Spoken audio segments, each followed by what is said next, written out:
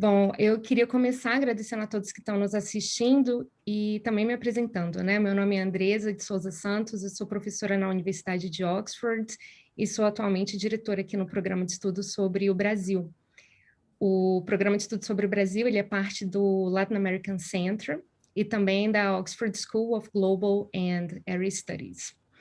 E nós temos o prazer de ter várias atividades sobre o Brasil aqui na Universidade de Oxford, e essa conferência anual internacional para debater o Brasil é um desses eventos, né? Esse ano é a primeira vez que a gente faz esse evento online, e estamos assim por causa da pandemia da Covid-19. Mas mesmo assim estamos muito animados com esse urgente debate sobre o Brasil. O tema desse ano é The Real and Imagined Brazil, Examining Narratives of Dissent. E esse tema, ele fala, então, da importância de discutir assuntos como fake news, negacionismo, a polarização da sociedade e o autoritarismo.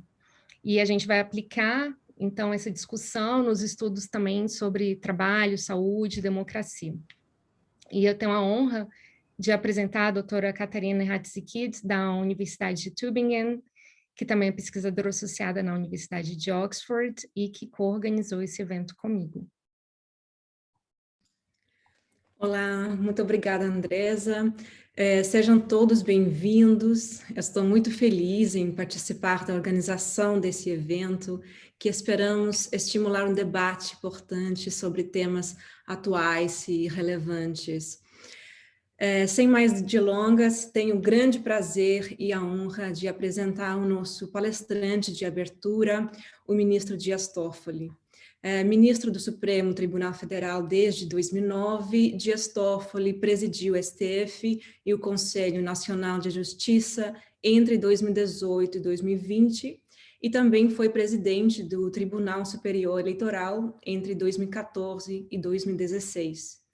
Formado pela prestigiada Faculdade de Direito do Largo de São Francisco, da Universidade de São Paulo, antes de entrar para o STF, foi advogado e teve diversos cargos importantes como advogado-geral da União entre 2007 e 2009. E os nossos debatedores, então, são o professor Ezequiel Gonzalez Ocantos, da Universidade de Oxford, professor associado no Departamento de Política e Relações Internacionais em Oxford, e Professorial Fellow do Nuffield College. Ele estuda as interações entre direito e política na América Latina, com foco em direitos humanos e em processos de corrupção. Também temos a professora Nara Pavão, professora assistente no Departamento de Ciência Política da Universidade Federal de Pernambuco, em Recife, no Brasil. Ela é doutora em Ciência Política, Política Comparada pela Universidade de Notre Dame. O ministro falará por cerca de 20 minutos, aproximadamente, sobre desinformação e os desafios para a democracia no Brasil contemporâneo. O título dele em inglês é Fake News and the Exercise of Democracy in Contemporary Brazil. E, em seguida, os nossos debatedores apresentarão algumas considerações também por cerca de 20 minutos. Para os que não falam português e nos assistem no Zoom, vocês podem clicar no sinal da Globo, onde poderão ouvir a tradução simultânea. O professor Ezequiel e a professora Nara falarão em inglês, e para aqueles que não falam inglês, basta clicar no mesmo local, no baixo da tela, para a tradução simultânea para o português. Para os que nos assistem no YouTube, um vídeo posterior seguirá com a versão traduzida. Por fim, convido a todos também a nos seguir nas nossas redes sociais, usando @OxfordBSP.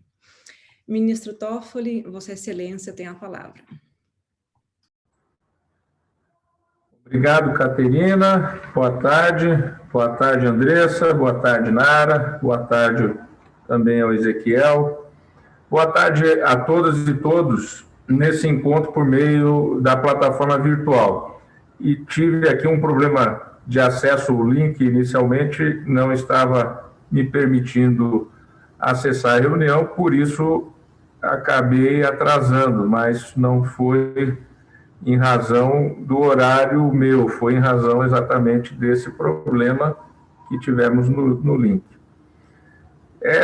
São os problemas da nossa rotina nesses dolorosos tempos de pandemia. Agradeço aos organizadores pelo convite para abrir essa tão importante conferência anual do Programa de Estudos sobre o Brasil, Brazilian Studies Program, da Universidade de Oxford. Cumprimento o Centro Latino-Americano e a Escola de Estudos Globais da Universidade pela iniciativa, pelo evento, que inclui 4 importantes painéis interessantes ao longo das próximas 4 semanas. Registro minha satisfação pelo diálogo aberto entre a Universidade de Oxford e o Supremo Tribunal Federal, na gestão do atual presidente ministro Luiz Fux. Cumprimento também o secretário de Altos Estudos da Corte, professor Dr. Alexandre Freire, e sua equipe, pelo papel fundamental que estão exercendo nessa aproximação. Também cumprimento e agradeço o embaixador Ricardo Neiva Tavares, que é o assessor-chefe da área internacional do Supremo Tribunal Federal.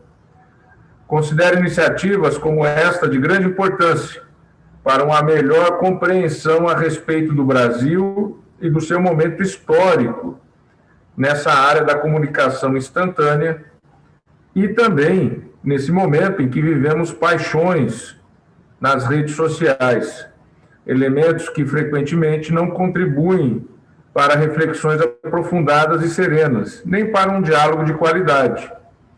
Muitas vezes elas produzem muito ruído, mas pouca luz. Cumprimento também a todos que irão participar desse painel conosco. Neste mundo ruidoso em que vivemos, desde o final do século XX, o Brasil tem estado no centro das atenções da mídia e da opinião pública internacional.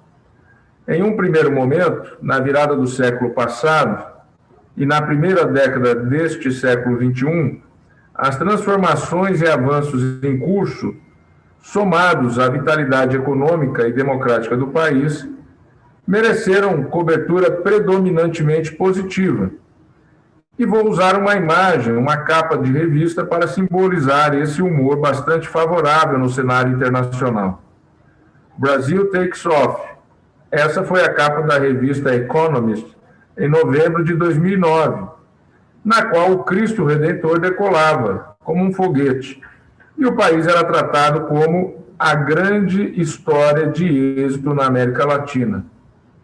Desse período, destacam-se, para citar alguns exemplos, a consolidação da estabilidade da moeda, resultados expressivos em matéria de crescimento econômico e diminuição da pobreza, uma intensa presença do Brasil nas negociações diplomáticas globais, avanços na promoção de energias limpas e na proteção ao meio ambiente, e ainda o ganho de imagem decorrente da escolha do país para sediar os 2 principais mega eventos esportivos do calendário mundial, a Copa do Mundo de Futebol em 2014 e os Jogos Olímpicos e Paralímpicos de Verão no Rio de Janeiro em 2016.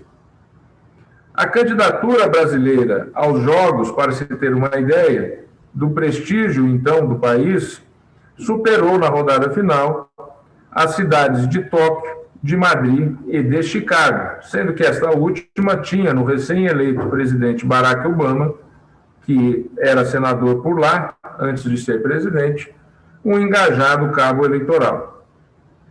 Mas ainda antes da realização dos mega-eventos em 2014 e 2016, o humor dos brasileiros e o humor do mundo em relação ao Brasil começou a mudar. A mesma revista Economist, em setembro de 2013, redesenhou a capa original, 4 anos depois, com pinceladas dramáticas. Nela, a situação do país era retratada com o foguete do Cristo Redentor descontrolado e em trajetória de colisão. Has Brazil Blown? Questionava a revista no título da edição. De certa forma, abriu-se em 2013 uma temporada de más notícias e de cobertura negativa. E isto já se vai praticamente em uma década nesse sentido. Mas vejamos os fatos ocorridos ao longo desse período. mais recente. Em 2013, depois que no período Fernando Henrique, 2 mandatos, e Lula, 2 mandatos, cerca de 45 milhões de brasileiros abriram conta bancária. Vejam, 45 milhões de brasileiros não tinham conta bancária. Nesse período dos governos Fernando Henrique e Lula, 40 milhões de pessoas abriram conta bancária. Essas pessoas passaram a ter acesso a uma série de desejos que antes elas não tinham. E em 2013, faz com que manifestações de protestos surjam nas principais cidades do país, revelando uma insatisfação com a qualidade dos serviços públicos e com os governos, em todos os níveis, seja o federal, estadual ou municipal. Em 2014, eleições presidenciais acirradas. Surge na política brasileira o discurso de ódio. E esse discurso de ódio passa a fazer parte das disputas eleitorais e do cotidiano da política. Houve até um pedido de análise de urnas eletrônicas feito pelo candidato que perdeu no segundo turno, o ex-governador, ex-senador Aécio Neves, hoje deputado federal. Essa análise foi feita e confirmou plenamente a confiabilidade das urnas. Mas ali se planta um ovo da serpente. E é o discurso que ocorreu naquelas eleições de 2014 também plantou na política brasileira o discurso do ódio. Em 2015, investigações de corrupção envolvendo as cúpulas política e empresarial do país. Em 2016, impeachment da presidente da República, Dilma Rousseff, a cassação e prisão do então presidente da Câmara dos Deputados, Eduardo Cunha. No ano seguinte, 2017, 2 denúncias apresentadas contra o presidente da República, Michel Temer, que foi o sucessor de Dilma após o impeachment, submetidas à Câmara dos Deputados. A Câmara não autoriza a tramitação das denúncias durante o mandato, elas só voltam a ter andamento a partir de 1º de janeiro de 2019, quando Michel Temer deixa o cargo de presidente da República. Em 2018, novas eleições, condenação e prisão de um ex-presidente da República, Lula da Silva, que havia deixado o poder com 80% de aprovação popular, e a eleição do atual presidente Jair Bolsonaro, um candidato de direita apoiado pela extrema-direita para a presidência da República. Vejam, não faltam emoções, não faltam fatos ao longo da trajetória do nosso país. Eu citei de 2013 a 2018 todos esses eventos, evidentemente, afora tantos outros ocorridos. Esses são os fatos. E eles conduzem a uma leitura que pode parecer superficial sobre a realidade brasileira do ponto de vista negativo. Mas leituras superficiais não devem circular em Oxford, uma instituição conhecida pela excelência. Portanto, é importante aprofundar a discussão. Além disso, o Brasil é muito mais do que os estereótipos, sejam positivos e negativos, que todos nós conhecemos. É preciso ir além das manchetes, das capas de revista, dos tweets e dos clichês que viajam em velocidade supersônica pelas redes sociais. Minha ideia aqui é de propor uma visão mais aprofundada sobre nosso tema de hoje, qual seja fake news e o exercício da democracia. E para isso é indispensável recorrer ao contexto histórico. No mundo, o contexto histórico das últimas décadas é marcado por profundas transformações no paradigma tecnológico, com impacto direto nas interações sociais, no modo de vida das pessoas e na própria estrutura econômica. Essas transformações, inevitavelmente, produzem ganhadores e perdedores. Produzem a destruição de empregos pela automação, gerando impactos sociais e políticos dramáticos. Empregos estáveis e bem remunerados sobretudo na indústria, desapareceram ou foram transferidos para outros países. Em seu lugar, restaram galpões abandonados e decadência econômica em inúmeras regiões de países desenvolvidos e em desenvolvimento. Aos perdedores restaram como alternativa empregos precários e com remuneração bastante inferior à que tiveram no passado.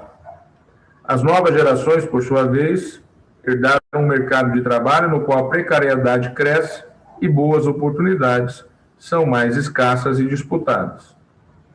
Esse contexto de quebra no padrão de vida e de frustração para uma parte expressiva da cidadania quanto aos resultados da globalização e da modernização mostrou-se terreno propício a discursos de ódio, a discursos populistas e discursos antissistema, que tiveram inegável êxito nos últimos anos em diferentes partes do mundo, inclusive em importantes democracias maduras, não apenas nas mais jovens, como o caso do Brasil. O fenômeno acendeu luzes de alerta no mundo todo, e nos últimos 5 anos proliferaram livros a respeito do desgaste da democracia representativa e das ameaças às instituições, reforçadas pelo grande poder de disseminação de mensagens por meio das novas tecnologias e das novas plataformas como as redes sociais. Decisões relevantes e históricas, como o referendo sobre o Brexit, foram tomadas nesse novo ambiente de debate público. Também ocorreu com a eleição de Donald Trump nos Estados Unidos no ano de 2016 e também sua derrota eleitoral no ano passado. Ainda são frescas nas memórias de todos as imagens de janeiro deste ano da invasão do Capitólio em Washington, alimentada por uma teoria de conspiração sobre a lisura do processo eleitoral e do resultado adverso para Trump. Na era da pós-verdade, bastou uma simples disseminação em massa de uma mentira, The Big Lie, jamais comprovada, para sacudir nada mais nada menos do que as estruturas de uma das democracias mais tradicionais e sólidas do mundo. O episódio evidencia o perigo representado por forças que ignoram as regras do jogo democrático e que se mostram dispostas a recorrer à violência diante de uma derrota eleitoral. A reintrodução do ódio e da violência no debate público por protagonistas políticos representa uma inflexão histórica e perigosa, e devemos estar atentos. Os impactos da desinformação em massa são igualmente nefastos. Para citar um exemplo da atualidade, menciono a resistência de uma parte da sociedade norte-americana em vacinar-se contra a Covid-19. Ou seja, enquanto na maioria dos países o desafio ainda é conseguir vacinas na quantidade suficiente, hoje, nos Estados Unidos da América do Norte, o negacionismo dificulta o esforço pela imunização da população e pela plena retomada da rotina e da atividade econômica. Não falta vacina. As pessoas não querem se vacinar nos Estados Unidos.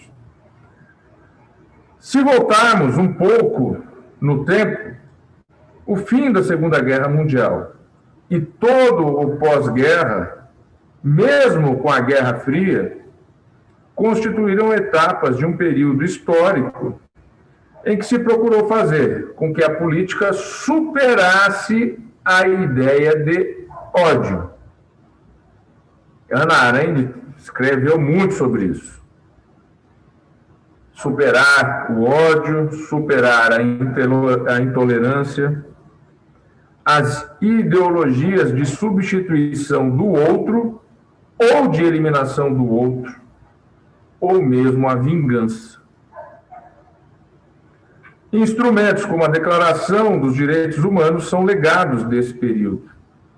Nos últimos anos, na última década, infelizmente, nós estamos assistindo à reintrodução no campo político-social dessas teorias que têm como base a intolerância e o ódio. E desta vez, com recurso a novas e poderosas tecnologias que estão ao alcance das mãos da maioria em razão da rápida disseminação dos smartphones, entre outros meios.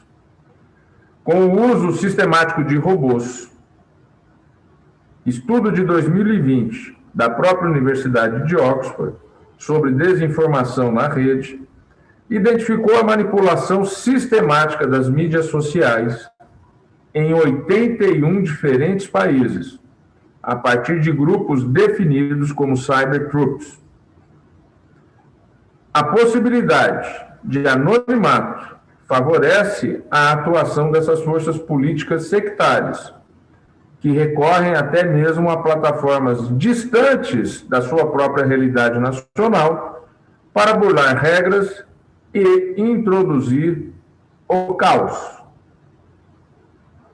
Introduzir o medo. O medo alimenta o ódio alimenta o medo. Estudo comparativo da Universidade Northwestern sobre filiados dos partidos democrata e republicano nos Estados Unidos demonstra essa tendência na direção do sectarismo. Com base na comparação com dados coletados a partir da década de 1970, o estudo mostra que nesses grupos perderam espaço os valores e ideias próprias. E nas últimas décadas, houve um crescimento da animosidade em relação ao outro, ao adversário. Passou a ser o fator preponderante de coesão com base em questões de identidade e da avaliação moral. A desqualificação permanente de quem diverge é parte desse fenômeno. Por isso, para aqueles que ainda não conhecem, eu sempre recomendo um livro chamado Engenheiros do Caos, de autoria do Giuliano da Empoli. É um livro de outubro de 2019 que fala muito sobre a Hungria, a Itália, o Brexit, a eleição do Trump e também sobre a própria eleição presidencial de 2018 no Brasil. É um livro que vai às origens desse fenômeno a partir do movimento surgido na Itália chamado Cinque Stelle, 5 estrelas. No Brasil, a essas tensões e mudanças da atualidade no mundo, somam-se outros problemas, com as nossas diferenças sociais e regionais, demandas por maior eficiência e transparência do setor público e por mais avanços no combate à corrupção e à desigualdade. Vou fazer uma análise a partir da experiência nesses 11 anos como juiz da Suprema Corte, antecedida por uma atuação na advocacia e também nos poderes legislativo e executivo.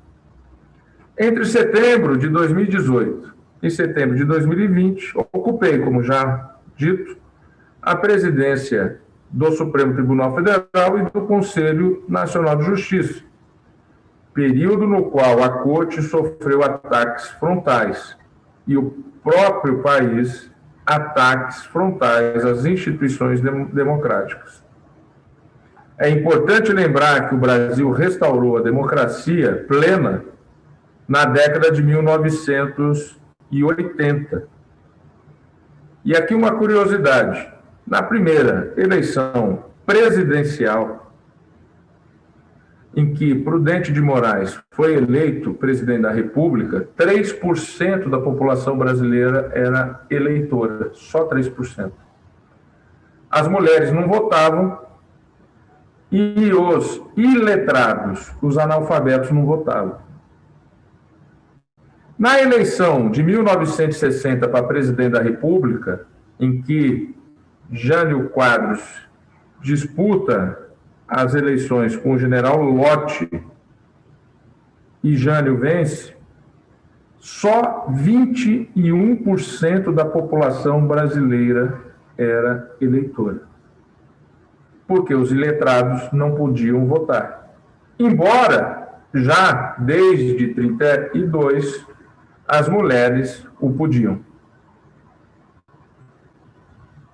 José Sarney encaminha uma proposta de emenda ao Parlamento, à Constituição de 67, que se tornou a emenda de número 26 à Constituição de 1967, permitindo que os iletrados votassem. Isso ocorreu em 1985. Nas eleições de 1986 para o Congresso Constituinte, 78% da população brasileira era eleitora. Vejam a transformação que isso implica. É importante lembrar que o Brasil... Aliás, essa semana, abrindo aqui um parênteses, eu peço desculpas aos intérpretes, porque estou fugindo do roteiro previamente encaminhado.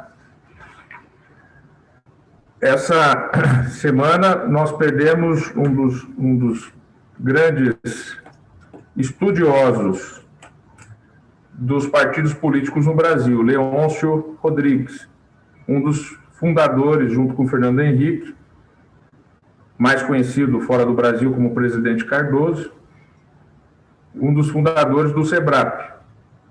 E Leôncio, ele falava e estava nesse momento estudando exatamente aquilo que foi uma deselitização dos parlamentares no Brasil. Com o aumento da base eleitoral, você deixa de ter uma elitização do nosso Congresso. Sejam os senadores, sejam os deputados que representam o voto popular no parlamento.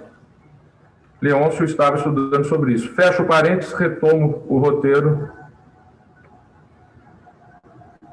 A Constituição de 88 traz para o país o mais longo período de convivência democrática de sua história como república, iniciada em 1889. Porque na República Velha, de 89 a 1930, nós tivemos uma série de revoltas, revoluções, estados de sítio, bombardeio de São Paulo pelo governo Arthur Bernardes em 1924. Pouca gente sabe desse momento da história. Em julho de 1924, após 2 anos dos 18 do Forte, os tenentes em São Paulo se insurgem, tomam o palácio do governo e Arthur Bernardes, presidente da República, declara guerra a São Paulo e bombardeia o município de São Paulo. 350 mil habitantes de São Paulo saem da cidade. Não é pouca coisa. Então, não há que se falar que no período da República Velha nós tivemos uma estabilidade democrática institucional, porque não tivemos. Portanto, esses 32 anos, a partir da Constituição de 1988, em verdade, é o mais longo período de democracia institucional com respeito às regras do jogo que nós vivemos em nosso país. E é preciso conhecer a história para que ela não se repita. E ao Supremo Tribunal Federal cabe exatamente zelar pelo cumprimento desta Constituição. que consagra o compromisso do Brasil com a democracia. Uma Constituição complexa, uma Constituição prolixa, mas que representou, como diz sempre Delfim Neto em seus artigos, aquilo que era o momento da sociedade. Ou como diz Nelson Jobim, quem escreveu a Constituição do Brasil em 1986, os eleitos em 86 escreveram a Constituição em 87 e 88, nunca tinham governado, porque houve a ruptura entre o antigo sistema e o novo sistema com a transição. E os constituintes que foram eleitos não conheciam governabilidade. E nós temos que, então, administrar essa Constituição como guardas da Constituição no Supremo Tribunal Federal, que traz uma série de desejos, não digo nem direitos, de desejos de toda uma sociedade que estava, de uma maneira ou de outra, reprimidos. E ao longo da vigência da Constituição de 88, nós podemos dizer que o país já teve, pelo voto popular, governos, seja de centro-direita, seja de centro-esquerda, governo de esquerda e, mais recentemente, um governo de direita. Tudo pelo voto popular. As instituições garantiram transições pacíficas de poder e estabilidade, mesmo em momentos de maior crise, como os que vivemos em 2 processos de impeachment de presidentes eleitos nesse período. Podemos dizer assim que ao longo desses mais de 32 anos da Constituição de 1988, todas as linhas ideológicas chegaram ao poder pelo voto, pela via democrática. E isso mostra um amadurecimento, seja da elite política, seja do povo eleitor. Essa qualidade do sistema democrático funciona plenamente ao promover a rotatividade daqueles que estão à frente do país por meio da escolha popular do eleitor. Com a eleição de Jair Bolsonaro em 2018, não há como negar, houve por parte de setores sectários mais extremados a promoção de um discurso segundo o qual as instituições atrapalhavam a governabilidade e o combate à corrupção. E aqui eu falo de grupos de apoio, não falo do governo em si. São apoiadores que deram suporte na eleição e que votaram. No início do governo, esses grupos mobilizaram-se nas redes sociais e nas ruas em torno dessa ideia de que o Congresso Nacional e o Judiciário atrapalham a governabilidade. Isso somente foi possível por uma incompreensão por muitos, quanto ao fato de que os processos decisórios em democracia são complexos. E aqui se coloca em xeque a própria democracia. Porque, se for se comparar com outros países, vai se dizer, e esse é o problema que o Ocidente vive hoje, que outras formas seriam mais rápidas para resolver problemas de infraestrutura, para tomar decisões que no mundo digital, no mundo da agilidade, no mundo da rapidez, a democracia parece ser demorada, porque, sem dúvida nenhuma, a democracia é complexa. A mesma crítica surge no caso do combate à corrupção, dirigido ao judiciário, pelo fato de que ele cumpre seu papel constitucional, de fazer valer o devido processo legal em um momento no qual muita gente no país, ao invés de justiça, desejava ou deseja vingança. Esses foram desafios e são desafios destes anos. Para vencê-los, durante meu período à frente da Corte, foi preciso criar condições para o diálogo, esclarecer o papel da justiça e da Constituição, quebrar preconceitos e buscar a harmonia. Interlocutor nenhum de nós escolhemos. Quem escolhe é o povo. Esse esforço em favor do diálogo e do entendimento deu-se em período de grande polarização na sociedade. E sob os atentos olhares de uma imprensa independente, imprensa tradicional, e de uma opinião pública acostumada a um alto nível de transparência. Para quem não sabe, todos os julgamentos no Brasil, em todas as suas cortes, são abertas ao público, a não ser em casos de segredo de justiça, especialmente quando envolve pessoas que são inimputáveis, menores de idade, ou casos de família, uma separação, um divórcio. Fora esses casos, os julgamentos são abertos da primeira instância até o Supremo Tribunal Federal.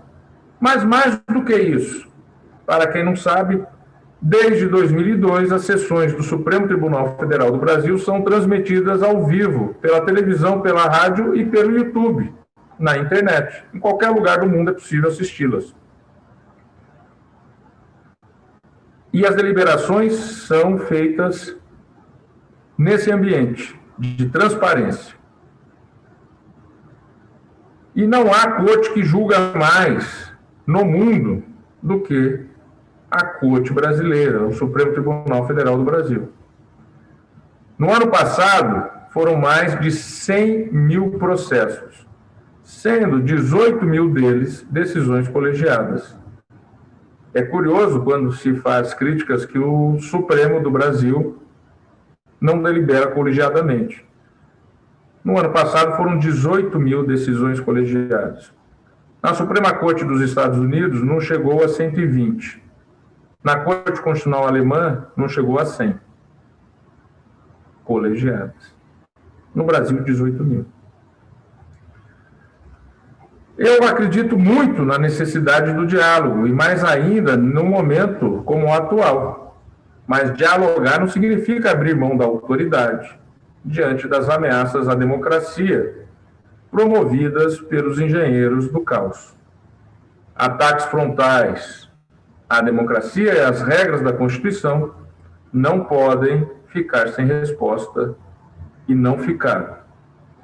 Essa foi a reflexão que me levou, em março de 2019, a abrir um inquérito para apurar ataques à Corte e seus ministros e também apurar as fake news contra as instituições, especialmente o Supremo Tribunal Federal. Fake news que eu penso ser mais adequado chamá-las de notícias fraudulentas. Porque as fake news, elas envolvem um dolo. Por isso, uma fraude, uma inverdade maliciosa, dolosa. Notícias fraudulentas. Os ataques incluíam ameaças até mesmo à integridade física dos ministros. Esse inquérito veio a descobrir financiamento e uso de robôs para provocar o caos, para disseminar o ódio, trazendo uma ideia, uma imagem, um sentimento de que milhões de pessoas estavam nesse sentido, através de robôs, especialmente. Para tentar que as pessoas acreditassem em mentiras que circulavam nas redes sociais e que tinham como alvos o Judiciário, em especial o Supremo Tribunal Federal e também o Congresso Nacional. A história mostra que a democracia precisa defender-se dos discursos de ódio e de estratégias totalitárias. A democracia não é um dado da natureza. A democracia é fruto da cultura humana. Tudo que é fruto da cultura humana precisa ser regado, cuidado e acariciado. Quando isso não acontece, o caos abre caminho para essas forças totalitárias. Nós sabemos que, se não for dado um basta a esses ataques, as consequências são nefastas. A história da primeira metade do século XX é rica em exemplos.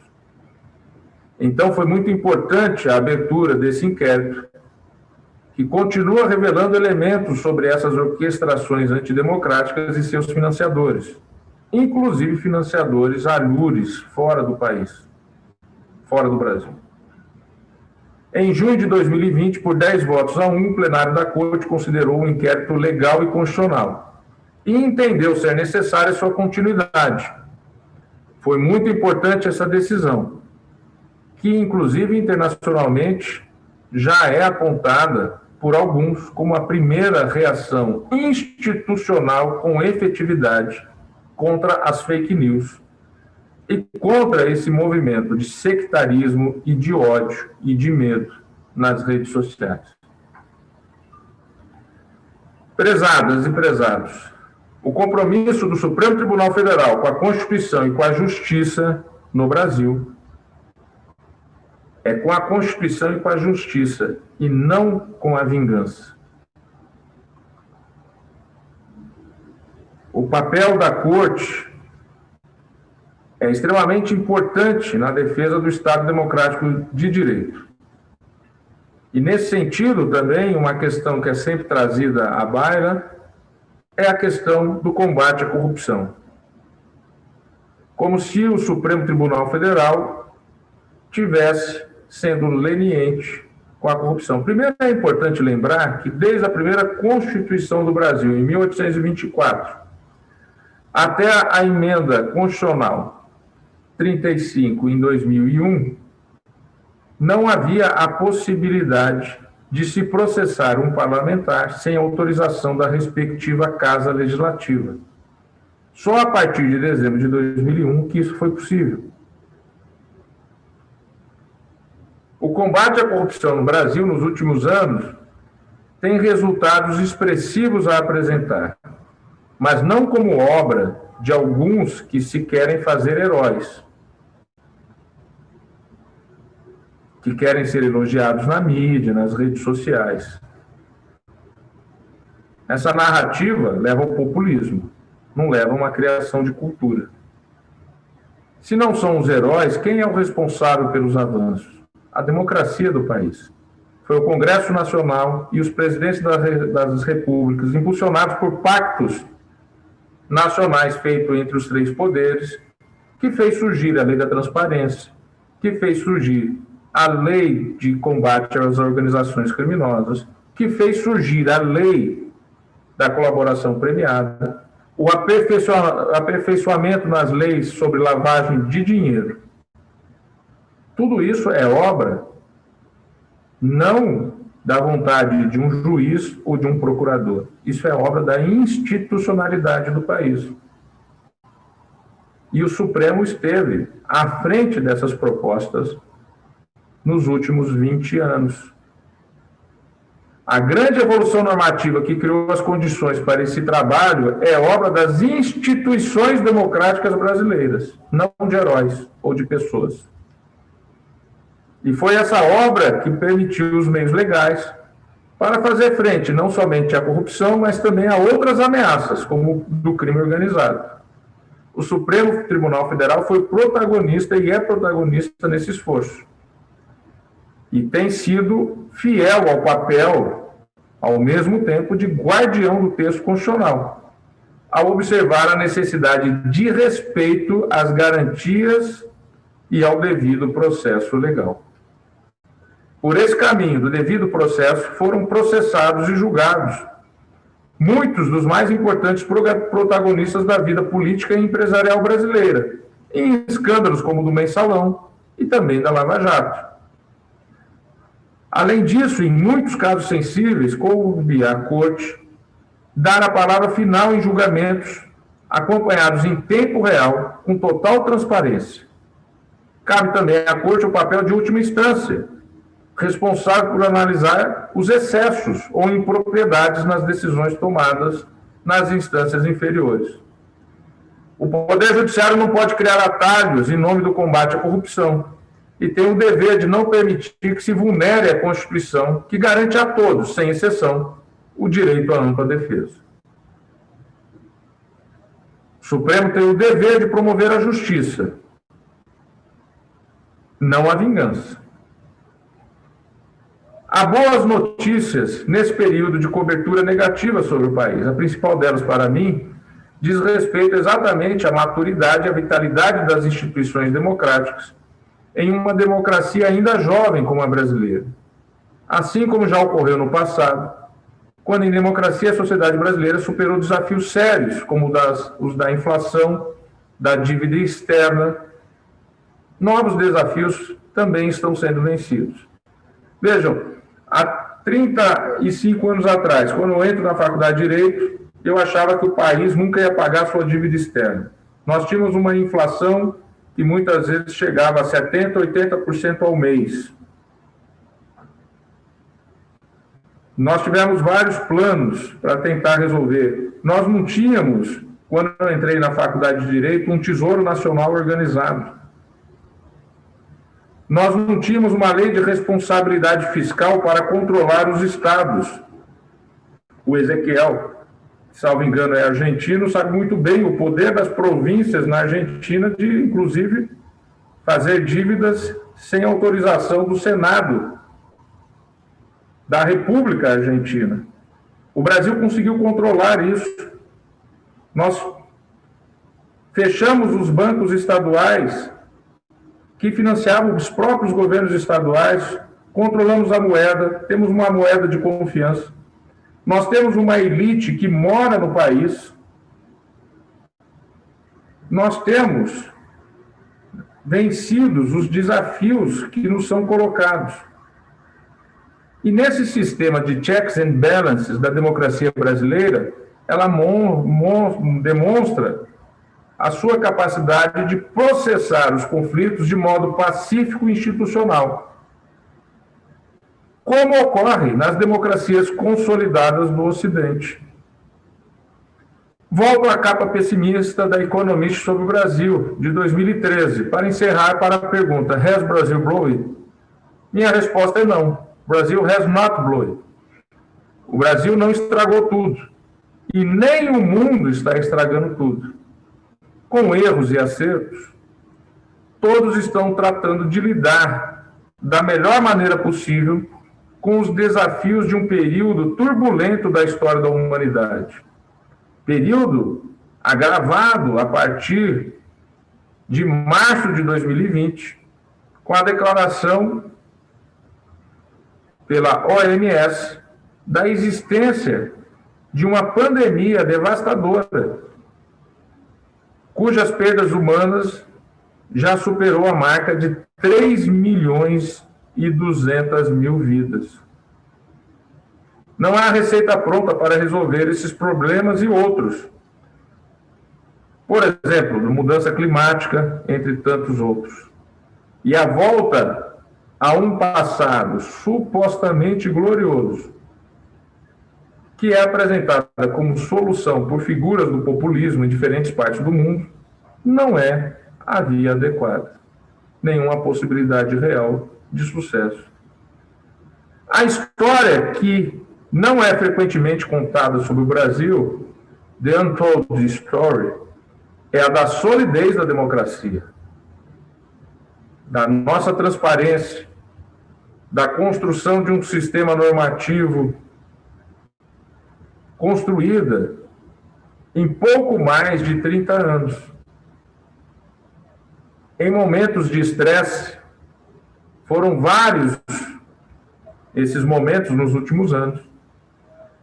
A democracia e suas instituições têm estado à altura dos desafios do momento, inclusive para defender o país das orquestrações antidemocráticas típicas do novo milênio e da chamada era da pós-verdade.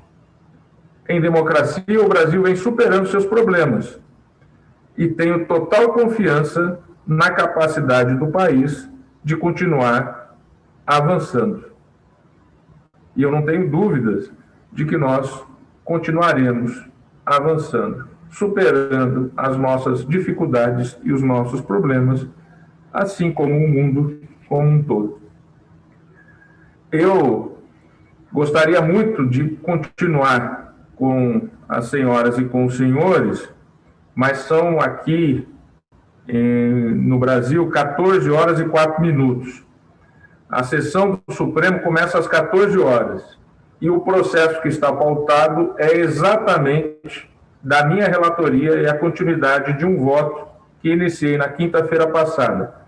Portanto, eu vou pedir aqui as desculpas, mas terei que sair da reunião, mas depois, como está sendo gravado, sem dúvida nenhuma, ouvirei os comentários da professora Nara, do professor Ezequiel, com muito gosto, mas eu tenho que me ausentar agora, de imediato, para a sessão de julgamento do Supremo Tribunal Federal. Agradecendo mais uma vez à Universidade de Oxford e aos organizadores, agradeço muito a oportunidade de estar aqui fazendo esse diálogo sempre transparente, aberto e sincero da nossa parte e da parte da universidade, para nós podermos pensar um mundo melhor nesses momentos tão difíceis. Muito obrigado, eu vou me desligar. Muito obrigado, até logo.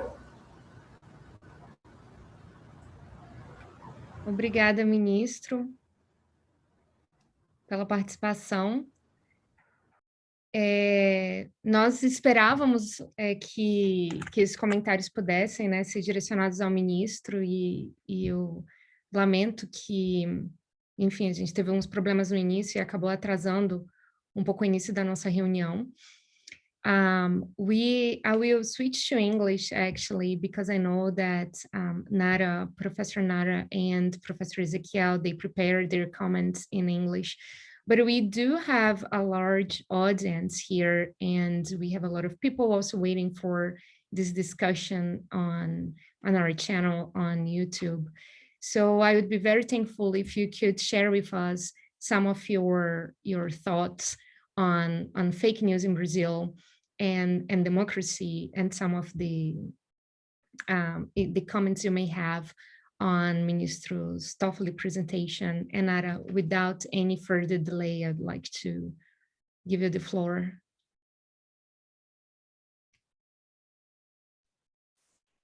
Hi, can you hear me well?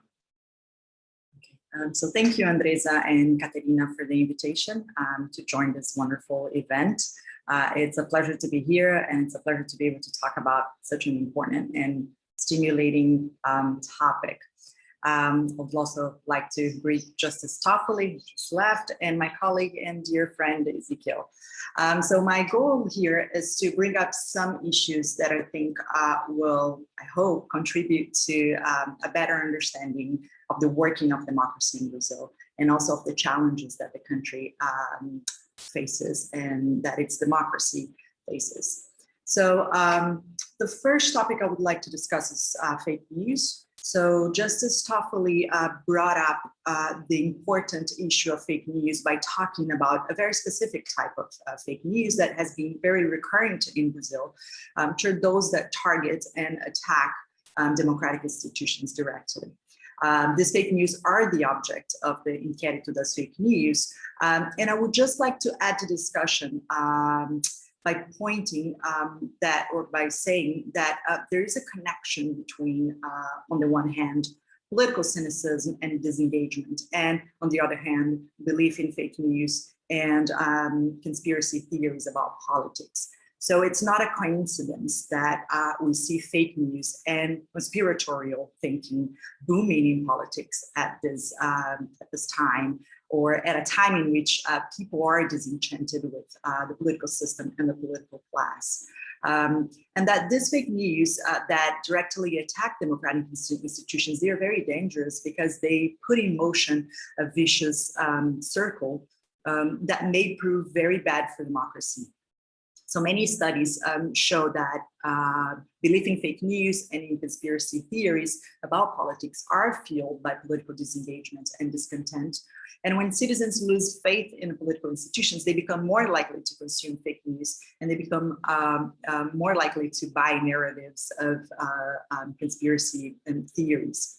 So when So basically, citizens can get easily trapped in this vicious circle, which is obviously very difficult to break, and that has really bad consequences for democracy. So that's the first thing I would like to talk about related to fake news. And the other aspect of the discussion on fake news I would like to bring up is related to, basically, I think the problem of fake news is not restricted to the specific types of fake news that Justice Toffoli mentioned. So the problem of fake news in Brazil goes beyond that. Most fake news, they do not necessarily try to attack in a direct manner democratic institutions. They simply make voters less informed about the costs and the benefits of policies and about the performance of politicians in office. So the goal of fake news is to distort public debate more generally by generating and by reinforcing misperceptions of the political reality in order to favor political allies and to attack opponents. So the great majority of fake news are politically motivated and they are what we call hyper-partisan. Although studies have not found consistent evidence that fake news has a dramatic direct effect on electoral results, it has been shown to harm democracy because it increases polarization, it lowers trust, and it undermines the possibility of us having a common factual basis for public debates. So in the absence of this common factual basis, holding politicians accountable, politicians and governments accountable for their actions and their behaviors become a major challenge. The recent epidemic of fake news in large democracies like Brazil, India, and Mexico has raised concerns regarding the particular negative implications that this phenomenon may have in the developing world. So the question becomes how to deal with the problem of fake news, because the spread of fake news is very fast and very difficult to present. Most efforts to fight misinformation in political contexts come in the form of professional fact-checking initiatives. Studies conducted in the developed world show that the solution works and it's efficient. But in a study that I conducted recently with some co-authors, looking at the 2018 elections in Brazil, we find that this type of correction is largely inefficient and ineffective in the Brazilian context. So this calls attention to the importance of finding other ways to deal with the problem of political misinformation in Brazil. And this is a major challenge of our democracy, in particular because we believe, and we are currently investigating this possibility too, that the spread of fake news might be used by the political elites as a mobilization strategy. So in light of this discussion, the following questions become of first importance. Is Brazil's democracy well equipped to deal with the epidemic of fake news in Brazil in politics? Can political elites be held accountable for promoting misinformation? These are some important issues that I think it would be nice to discuss. I was going to talk about Lava Jato and about the fight against corruption, but I know Ezekiel will talk about this issue, so I'm going to jump to the third point that I wanted to make, which is basically related to more generally to the performance of Brazil's democratic institutions. So it seems to be clear to all of us that Brazilian institutions have been processing an unprecedented level of conflict that resulted from the overlapping of the different crises that hit the country in the past decade. And the fact that all this conflict has been processed within the limits of democracy does attest to the resilience and maturity of our institutions. However, I would also I also think that it's important to call attention to the fact that some of the challenges that our democracy currently faces comes from within the system. So it's a little bit different from the type of challenges that Justice Toffoli mentioned, like dealing with inflation or external debt. And these internal threats, I think they pose some specific challenges to our democracy. My impression is that the government is in part, the current government is in part responsible for promoting an illiberal and inflammatory discourse against democratic institutions, such as the media, Congress, and courts. Also, when our institutions process so much conflict, they are easily perceived as part of the problem, not a solution, which is a paradox. So our institutions, and the STF is a great example of that, they gained considerable visibility recently But in doing that, they become the target of political discontent and not necessarily the solution to it. So I think our democracy needs to process that, and that's a difficult task. While it's clear to me that our institutions are resilient, and I think they will survive this political turmoil, it's also important to identify the costs that this long-lasting crisis has for citizens, and especially for the capacity of democracy to produce the outcomes and the answers that deal with the main problems of our society. In that sense, while I think it's important to call attention to the strengths of our democracy and of our democratic institutions, it's equally important to understand what is really at stake here, which does not seem to be the survival of democracy, but rather the quality of the responses and solutions that the system can offer to our pressing problems. So thank you very much. Thank you, Nara. This was excellent. And yeah, I'll pass to Ezequiel to make his remarks. Thank you, and thank you both for inviting me to take part in this conversation about the challenges to democracy in Brazil. As I see it, Justice Toffoli's presentation is in many ways a call to think about the ways in which the Brazilian Supreme Court, but institutions more generally, can both sort of navigate the attacks against democracy that result from this difficult combination of tribalism, polarization, fake news, hate speech, but also help ease those tensions. Justice Toffoli attributes those attacks partly to the fact that some groups fail to understand the complexities and the inherent contradictions of decision-making in a democracy, and are perhaps too maximalist in their demands or too impatient to accept the consequences of pluralism and checks and balances. Now, those of us who study courts, judicial institutions in political science have noted that in the aftermath of the third wave of democratization, high courts in particular in Latin America have increasingly become central political actors. Latin American courts left behind many decades of subservience, conservatism, irrelevance, frankly, to become incredibly influential players, serving, for example, as arbiters in struggles between the elected branches or affirming fundamental rights, often in quite imaginative ways. And this, of course, put them at the center of all sorts of conflicts, distributive and jurisdictional, and ones that unfortunately cannot be always resolved in ways that avoid zero-sum games, right? And so the political salience, as Nara was saying, of judges increases, and the implications of their decisions become more serious. And at the same time, because of that, struggles over who the judges are, how they think, and the limits of what they can do become more intense. They consume, the agenda of the media, the executive, and the legislature. For example, where some see the promise of accountability, others see lawfare and political persecution. Where some see distributive justice via the recognition of socioeconomic rights, others see courts exceeding the limits of what the judicial role allows.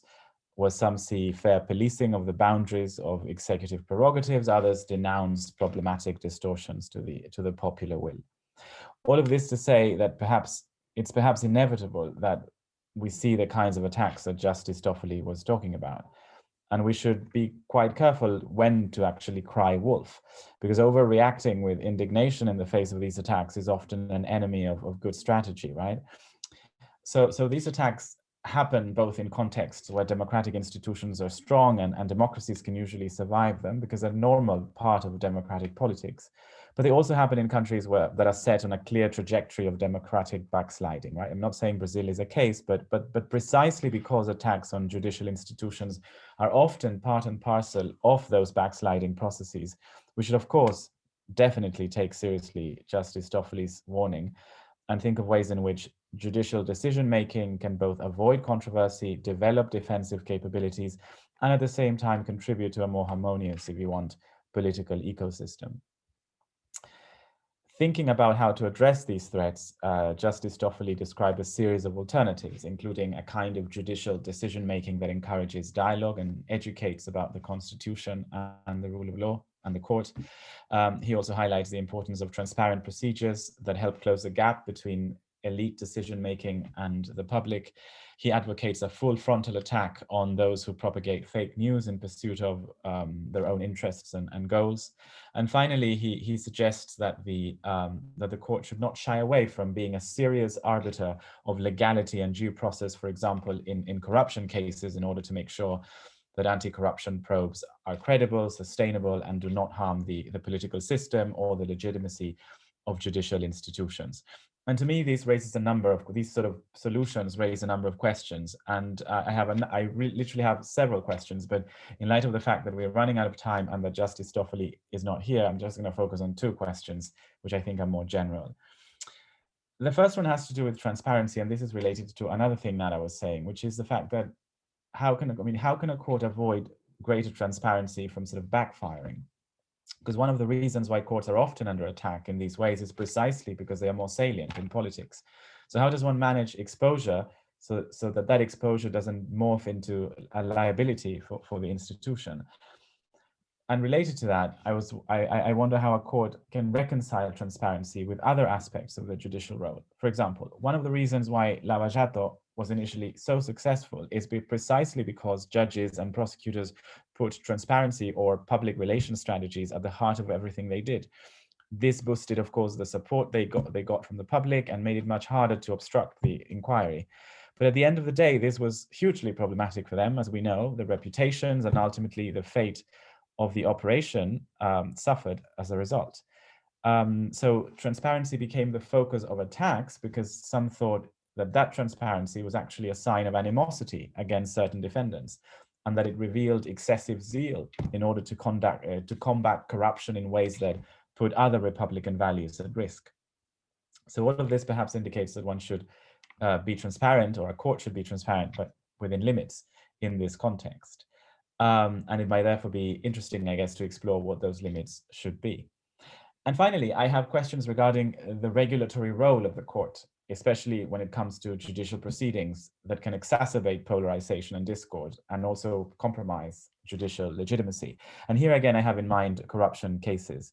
So Nara and I are writing a book on Lava Jato, and what is clear to us, I think, and I think it's also clear to everybody, is that at the beginning, many thought of Lava Jato as something that renewed the sense of hope, the sense of what was possible or achievable within the context of Brazilian democratic institutions. But this soon led to polarization. It led to disenchantment in the tactics, the disappointment in the tactics used to fight corruption, but also in the lack of results or the precarity of those results. So my final question is, how does a court like the STF exercise its legality control without exacerbating the cynicism and the anti-establishment sentiment that often results from this lack of results, and that in turn fuels and sustains the rise, for example, of far-right challenges to democracy? How does it strike a balance between, on the one hand, the rule of law, the preservation of open democratic competition, and on the other, the need to ensure that accountability is not just a promise, but a reality? So put somewhat differently, how does a court control judicial proceedings in the name of the rule of law and fairness without making it look as though the establishment is trying to protect their own? Because if this is what the public perceives, I mean, not everybody will perceive it this way, but certainly many will, then instead of fending off anti-democratic challenges, the risk is that those challenges will only become greater. So I'm going to stop there, and hopefully there's now time for some discussion. Thank you very much. Thank you, Ezequiel, Nara. This was wonderful. I think it really connects very well with what the minister was saying, and I was caught on the sentence. I'm writing a book on the Lava Jato, Ezequiel, because it just made me think how much you're rewriting this book as well as you go, you know, so much happening. And I'm definitely very anxious to read your book. We had actually only a comment on the Q&A by one of our speakers that is going to be with us in one of the final panels, Isabella Calil, and she just reminded us that there is so much going on today in the Supreme Court and in the Senate that is comprehensible that Minister Toffoli had to leave the meeting earlier. And yeah, I also solidarize with that, and I guess we all understand the situation. But of the main important points that you discussed, this idea of exposure and the danger of backfiring, I think is a very critical one. That is exactly one of the points of Lava Jato, but also one of the things that Justice Minister was saying about how they're opening the court in YouTube and live streaming all the sessions, and also being here with us and more open to academia and to discuss with scholars and how to reconcile all of these challenges. I don't know if there is, I don't think there is a script. I think we pretty much maybe testing waters and then seeing what is working, what's not working. I don't know if you and Nara have any thoughts on this situation and how to continue, or how to, how can I say, to, what is the moderator to find this reconciliation?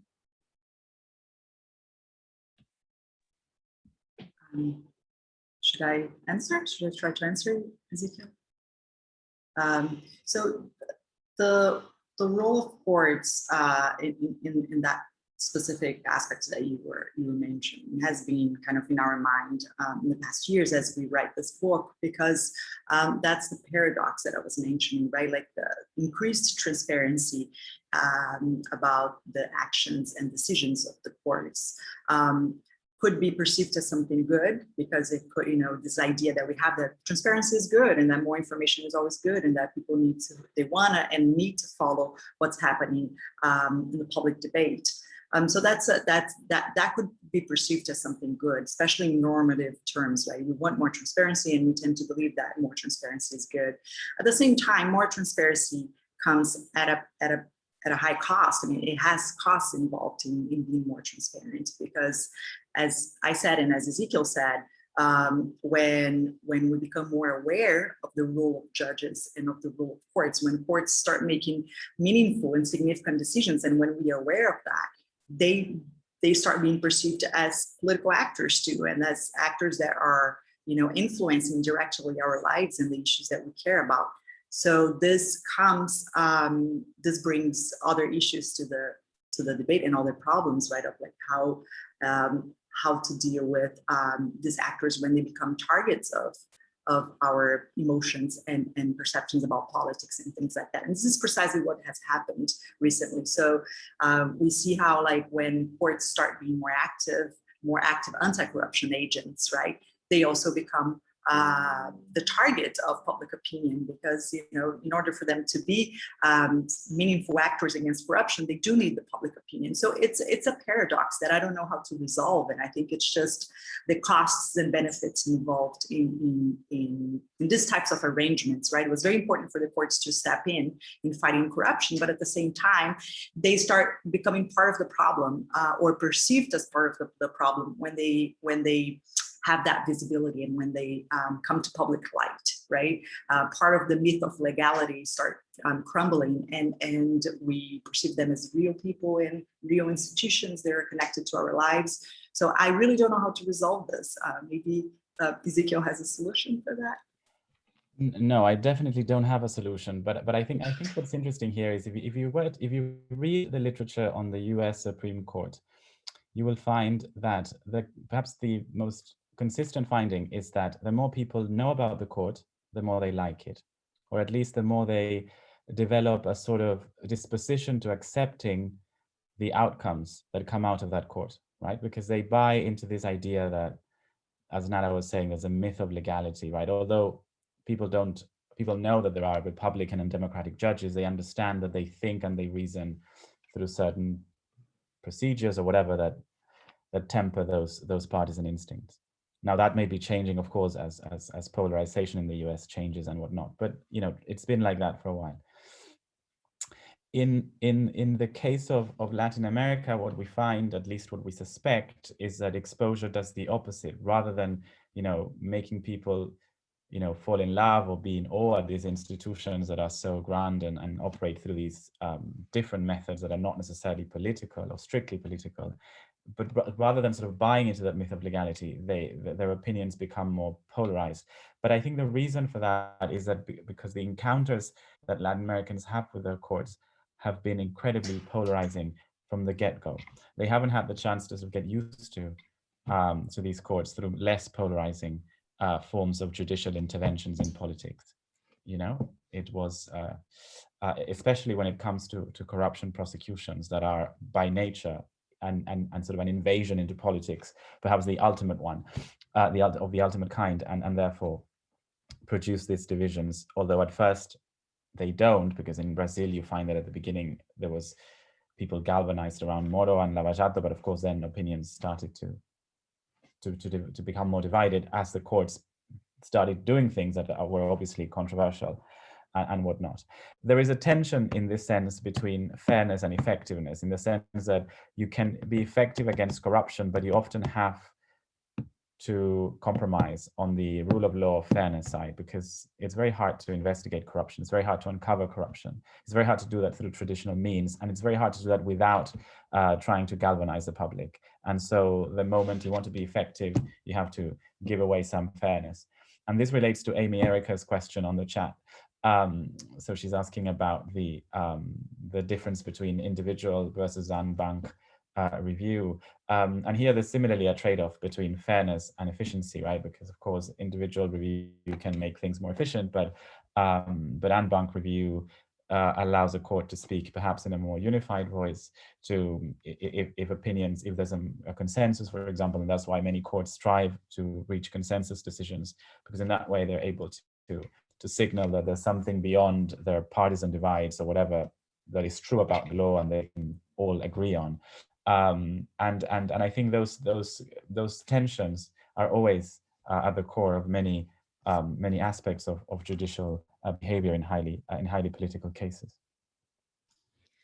Unfortunately, we need to wrap up. Thank you both so much for your comments and insights and reflections. And thanks to everyone who assisted today. And we're very sorry for the technical difficulties that obliged us to delay our start. Hopefully next time we won't have those. And I take this opportunity to invite you to our next session, which will take place next Wednesday at the same time, with the title Doing One's Job versus Keeping One's Job, Strategies of Dissent. Our discussants will be Ricardo Galvão, Gabriela Lota, and Aaron Ansel, and Catherine Birch will be the discussant. So I don't know if Andresa has any final comments to make, or otherwise see you next week. Yeah. Thank you everyone again. Thank you Nara, thank you Ezequiel, thank you Caterina for being here, and thank you all the attendees. And it's a great space to this much needed debate about negationism and dissent and polarization in Brazil. So we hope to see as many of you again next week. Thank you all. See you next time.